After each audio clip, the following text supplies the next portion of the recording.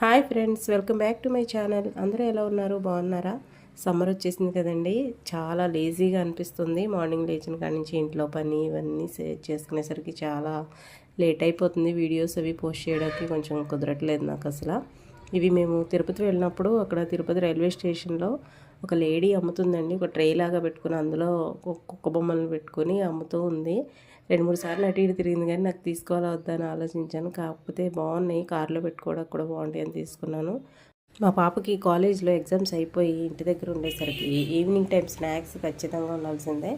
ఆవిడ ఈరోజు పానీపూరి తెచ్చుకుంది. మా రాధ్య చూసారా, పానీపూరిలో ఎవరైనా చాట్ బఠానీ మసాలా పెట్టుకుంటారు కానీ తనైతే బజ్జీ మసాలా పెట్టుకుని తింటుంది. తనకి చాలా ఇష్టం అంట అలా తినడం.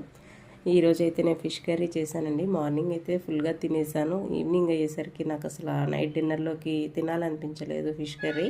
అందుకని వేడివేడి అన్నంలో టమాటా ఊరగాయ చట్నీ వేసుకుని నెయ్యి వేసుకుని అలా కలుపుకొని తింటుంటే సూపర్గా ఉంది. వీడియో నచ్చితే ఒక లైక్ చేయండి. Thanks for